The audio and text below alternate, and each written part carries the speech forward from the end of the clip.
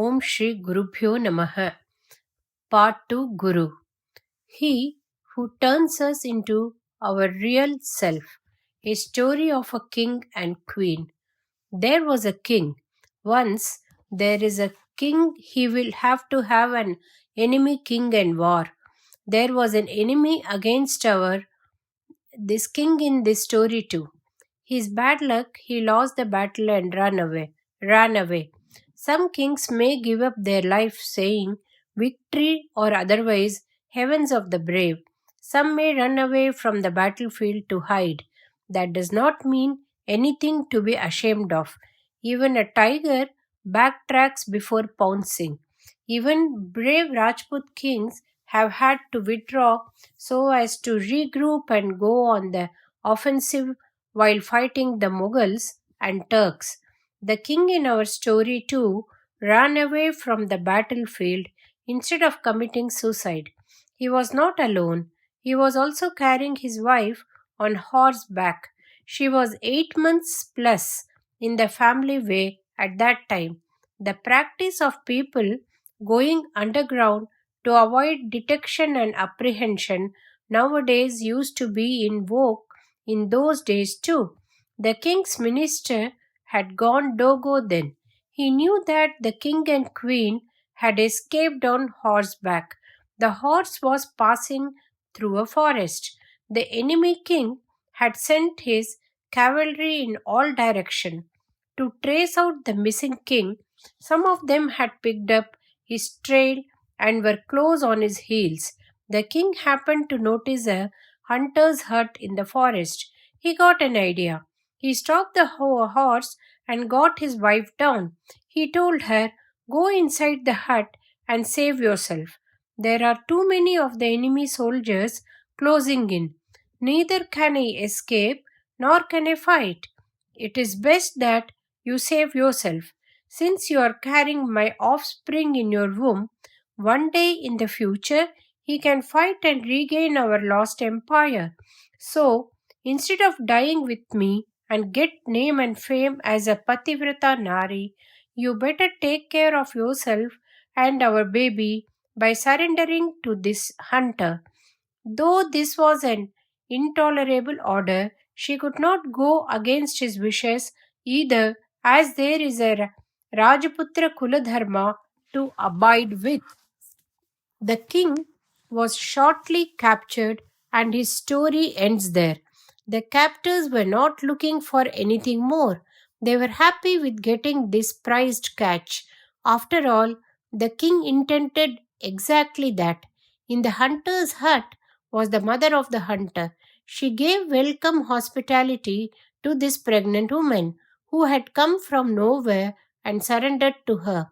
More than sophisticated and educated, poor people are always more prompt and forthcoming in taking care of the people in need. The royal lady was looked after by the hunter woman as though she was her own daughter. The queen gave birth to a baby boy. She died while in labor as though her job was over. Some 12 years passed by. The enemy king was still in power. People were unhappy. Though their king had lost the battle, their loyalty to the traditional king was still active.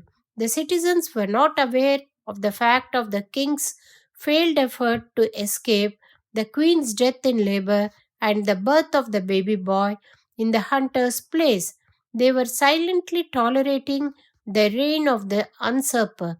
The minister was the only person still alive and aware that the king had made an escape bid with the queen, who had pregnant at that time.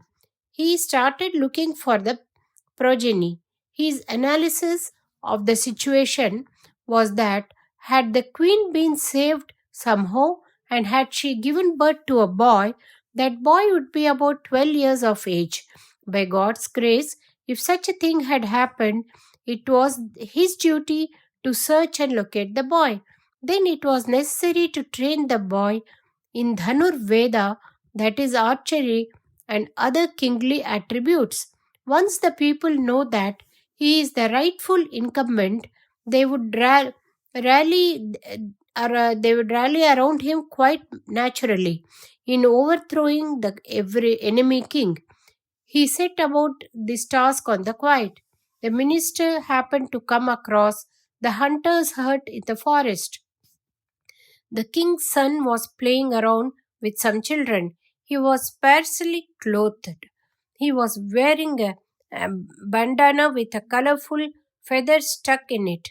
He had a necklace of beads and toenails of the tiger. Despite the crude and poor get-up, his royal bearing and resemblance to the early king was unmistakable. The old mother of the hunter was still alive. The minister approached her. Simple folk of the forest, unexposed to sophistication, do not know how to bluff and cheat. She spoke the truth when she said, "Some years back, a pregnant woman suddenly appeared in my hut one day and asked for asylum. She was far advanced in her pregnancy. She died in labor without ever revealing as to who she was. Since then, I am looking after this boy as my own son. I could guess that the boy belonged to some aristocracy, but we could never know for sure. He is growing up as one of us." The minister could easily discern the truth. When the minister told the old lady and other hunters the boy's royal antecedents and his intention to take him away, initially they were very reluctant. Later, with great magnanimity, they agreed to part with the boy. Such is the pull of attachment that even great Maharishis such as Kanva and Jadabharata were much affected by it. The boy, however, was just not interested. He liked the company of hunters only. He said so in as many words that he could not care less for royalty and such high sounding things. The minister did not give up easily either.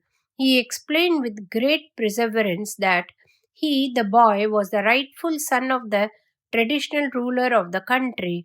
His father had been defeated in battle. He had evaded capture and made an escape with his pregnant wife. But when his own capture was imminent, he had secreted his wife in the hunter's hut and distracted the attention of his captors away from his pregnant wife, in doing which he gave his life. His wife had delivered the son and died in labor, so both his parents had sacrificed their own life in saving their sons. Thus, the minister was able to convince the boy that it was his dharma now to take up arms against the pretender enemy king, and that he is not to waste his life as a mere hunter in the forests. That boy got an exposure to bravery, love of parents, and thus became aware of his duties.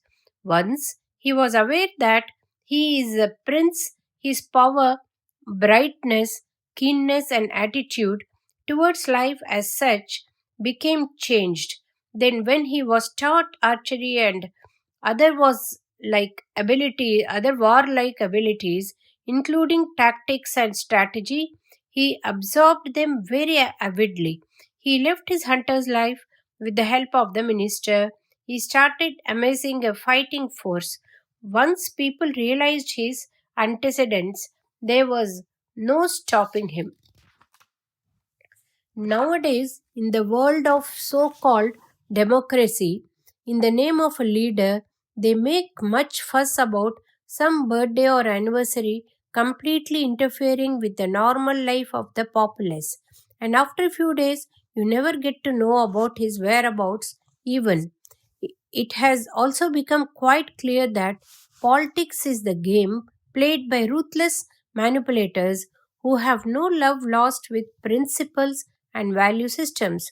Loyalty is a bargainable commodity today. It was not so in the olden times. Loyalty to the king was something for which the people were ready to give their lives. The, the kings too had to live a life of discipline and humanness to be able to earn and sustain such loyalty. The kings used to consider the citizen as the children. You might have heard of the story of Sibi Chakrabarti, who ran the chariot on his own son as a punishment for his running over a calf and killing it with his chariot accidentally. In the politics of today, people scheme and invest huge amounts in unfair means so as to get into a position of power. Once such a power is obtained, then that power is misused and abused to retain them in power. This is not the way of traditional royalty. Like the boy in this story, under consideration, the culture ingrained in the blood over the years saved him from going astray and prevented him from falling prey to minor temptations. The history in India, as revealed through Puranas, indicate that there were hardly any kings like Venan and Asmanjan. They were exceptions to the rule. Yatha Raja Tatha Praja. That is to mean that the people are as good or bad as the ruler. In the traditional setup, both the ruler and the ruled took care to see that justice is not only done but is seen to be done. But nowadays, fairness, humanness, and justice are words only, to be paid lip service to, because Dharma was the guiding principle at every level, and the ruler showed the way of Dharma by example. The ruler had a feeling for the people as my people, and the people had the feeling for the king that he is our king. Our hero similarly got the fullest cooperation from his subjects, especially once the word spread around that he was the earlier king's own son. He could muster enough to go to battle with the enemy and defeat him. He was coronated and installed as the king. The boy completely forgot that he had been a hunter. He became a complete king.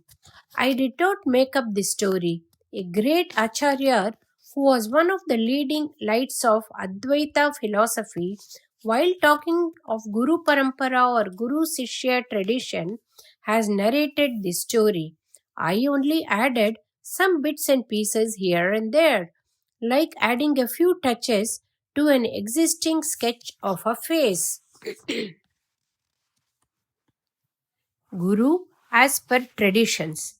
The moment I mention Advaita Acharya, you are likely to think of Adi Shankara, who came down to earth as an avatara of Parameshwara and gave detailed description of the Advaita philosophy and established the same firmly, eternally, but he is not the founder of Advaita. He was only the proponent. I say that before him, long before him, Brahma created the whole world with reference to the Vedas. Still, Vedas are not the world's original Advaita documents because Vedas predate the creation of the worlds. That is to say that Advaita philosophy is mentioned in the Vedas even before the creation of the worlds. Upanishads are called the Veda Shiras, that is the head of the Vedas. They also talk of Advaita. Sri Krishna Paramatma at the end of Bhagavad Gita has talked of Advaita. Though his Gita is now famous with the prefix of Bhagavat, in every Purana of every god, there have been other works with the name of Gita such as Shiva Gita, Devi Gita, Ashtavakra Gita and Guru Gita, to name some of them. They all have given the Advaita philosophy as the end message. The point to note is that before Adi Shankara, there have been many Advaita Acharyas. Dakshinamurti, Dattatreya, Narayana and Brahma are the four mentioned in the Advaita Acharya Sampradaya Parampara, that is, the traditional line of teachers of Advaita. After these four deities, Vasishta, Shakti, Parasara, Vyasa are the rishis who are father, guru, son, shishya. Rishis should not be included in the line of human acharyas. Rishis have had superhuman capabilities of hearing, seeing, and understanding. They were receptors of divine vibrations of the Paramatma Tattva. They are known as mantra drishtas, who could see the mantras close to the world in English in meaning as seers. So they are not to be considered normally as equivalent to human beings. For example, even among the statues installed in temples, there is a classification. They are Swayam Vyaktam, Deivikam, Manusham, Asuram, and Arsham. When God reveals himself in some place and a temple arises there, it is called Swayam Vyaktam or Swayambhu, meaning self expressed or self created. In Tamil, it is Tantonri or Tantoni. In many of the Shiva stalas, we find Swayambhu Lingas. Vaishnavas consider Sri Rangam, Tirupati, Badrinath, Sri Mushnam, Naimasarinyam, Pushkaram, Saligramam, and Nanguneri as 8 Swayam Vyakta Kshetras. The idols installed by the Devas are known as Devikam. Ambal herself made a lingam in Kanchipuram out of clayish earth. In Tiruvillimalai, Mahavishnu installed a Shivalingam. In many stations, Indra is said to have installed Shiva or Vishnu for absolving him of his errors of commission. These are all Devikam. The Shiva installed by a Rakshasa Tirusira, possibly he was three-headed, in Tiruchinappalli, and by another Rakshasas Onan in Onakantathali near Kanchipuram or Asuram. Many Rajas and other devotees have also established many temples, and these are naturally called Manusham. The Arsham I mentioned earlier are those established by rishis. In Kutralam, Agastya Muni has installed a Shiva. In Sikkal, Vasishta. In Tirukalavur, Durvasa. In Tiruvanakaval, called Jambukeshwaram, Jambu Maharshi. And in many more kshetras, it is Arsha Pratishta only. I am only rattling out whatever comes to my memory, and it is not exhaustive. What I described in the last few minutes was to emphasize the point that generally we make a distinction between devas, asuras, and human beings. Rishis are to be considered as a class apart, at least by us, common human beings. Rajaraja Cholan installed Brihadishwara in the Periyakovil in Tanjavur. It is to be considered as a Manushalingam, but instead of doing it himself, he got it done through Karuvur Siddhar, a saint of that period. When it comes to Prana Pratishta, that is invoking and installing the life force of the gods, even in the so-called Manushalingams, it is done through some Mahatmas or Siddha Purushas. Even now, in so many new colonies, towns, settlements, and villages, where a Mata Adhipati or some Swami is asked to do the Prana Pratishta and Kumbha Bhishegam, the actual chanting of the necessary mantras are done by some Shiva Acharya or Bhattar. If they do so with the required discipline and Shraddha, the mantras have their own power to bring the living presence of the gods in the statues, and that will benefit the masses. I came to emphasize that rishis have to be considered as a class apart. That is why, while doing Brahma Yagnam, we separately do Deva Tarpanam, Pitru Tarpanam, and Rishi Tarpanam. In Advaita Sampradaya, after the line of Devas of Dakshinamurti, Dattatreya, Narayana, and Brahma, comes the father-son line of rishis, namely that of Vasishta, Shakti, Parashara, Vyasa, and his son Shukha. There ends the father-son line because Shukha remained a brahmachari celibate. He was above all classifications. He was greater than humans, rishis, and devas, and hence is referred to as Sukha Brahmam. After him, the Sampradaya went the Guru Sishya Parampara way. After Sukha, sannyasis who could not be called rishis, Gaudapada and his Sishya Govindapada came as Advaita Acharyas. All rishis were not sannyasis. Many of them were married householders. Vasishtha Maharshi's wife was Arundhati and Anusuya was Atri Maharshi's wife. Rishis had to wear Yagnopavitam and they used to do Yaga Karmas. Sannyasis do not have to do all that. Adi Shankara came after Govindapada. The sannyasi Acharya used to be known as Paramahamsa Parivrajakas.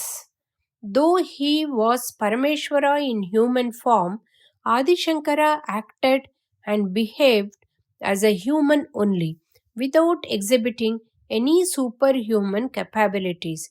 He lived within the parameters as required of a devotee, observed Vedic dharma, and established Advaita philosophy. Govindapada's greatness was that he was our Acharya's direct guru. While singing the Bhaja Govindam song, Acharya took his guru's name as well as that of Govinda, the god. Though there are thousands of names to select from, Acharya opted for Govinda because of this connection. Now, let us look at the shloka listing all the names of the Guru lineage.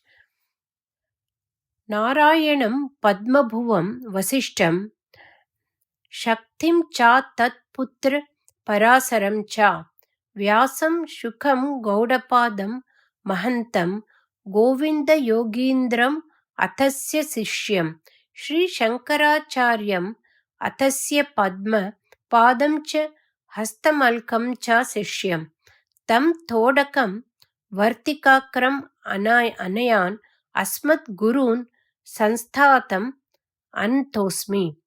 Having listed all their names, the poet concludes that he prostrates before them all. This Guru lineage is also called Brahma Vidya Sampradaya Kartas. The letters added to the word Karta is to indicate the plural. The first is Narayana or Mahavishnu. Second is Padma Bhuvam or the lotus born, meaning Brahma. Then, as he lists the other names, Vasishta, Shakti, Parasara, Vyasa, Shuka, Gaudapada, the poet adds a prefix Mahantam and a suffix Yogindram to the name of the Guru Govinda. Another point to note is that the prefix Sri has only been added to Shankara and he has also been given the title of Acharya. Then the shlokam lists Shankaracharya's Sishyas, namely Padmapada, Hastamalaka, Todaka and Sureshwara. Sureshwara has been referred to as Vartikakara. Since he has written detailed notes, explanations and references to all that Shankaracharya had written. Acharya himself had written notes, Bhashyam to Bhagavad Gita, Brahma Sutra and Upanishads such as Brihadaryanaka, Taittiriya and 8 other Upanishads collectively known as Prasthana Trayam. Sureshwara had further elaborated them with his commentaries and explanatory notes. After Sureshwara, the Vartikakara, the shlokam finishes with the confirmation that the person chanting the shloka prostrates to all others who have been a guru in the order till date. What was quoted here is the Guru Parampara shlokam for those who have Sri Shankar Bhagavat Pada as their guru. Others should get to know the names of their own Guru Parampara and amend the shloka suitably. To rekindle one's inner lamp of Atma Jyoti and enable us to live Optimally, we need this line of gurus to be remembered with respect. The guru, in his latter life, earmarks or details the next incumbent to take over his duties. Thus, the Acharya Parampara goes on. We should be very grateful for this arrangement. They have been practicing, cultivating, including periodic dividing the unatomic, sustaining and safeguarding the procedural keys for the greatest treasure that man could ever aspire for. So, those keen on self analysis, realization, should be aware of the Guru Parampara, the permanent wealth of the empire of Atma or self has been shown to us by these masters. We should think of them at least once a day with gratitude by chanting the shloka. Here I mentioned the empire of Atma or self. First, I started with that boy who thought himself to be a hunter but was rightfully entitled to an empire. Then, talking about Guru Parampara, I have evidently gone far away. You may wonder as to what is the connection between the story of the hunter boy and this Guru Parampara. I will tell you about it shortly. Prior to Shankara Acharya, his Guru Govinda and his Guru Gaudapada mentioned in the shloka does not mean that there have been no other human gurus after Sukha till Govinda. Narayana to Sukha are included in the Guru Parampara by non-Advaitinis too, but Gaudapada and Govindapada maintained that Advaita was the ultimate quintessential philosophy in which all other principles end. They disproved or discarded other philosophies as intermediate steps. However, there have been some great thinkers and proponents of Advaita prior to these three acharyas. Let me mention at least the names of some of them. Atreya Brahma Nandi was one. There was one Sundara Pandya. Sounds like the name of a South Indian king. Bhartru Prapancha was another. Bhartruhari and Brahmadatta were also there.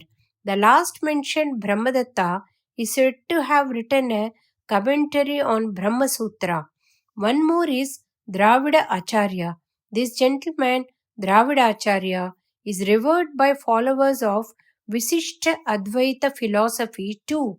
Though whatever these philosophers have written are not fully available, latter day Advaitins, including Shankaracharya, have quoted from their writings. Among them, we are mainly concerned with Dravida Acharya. Om Shri Mahaperiva Sharanam.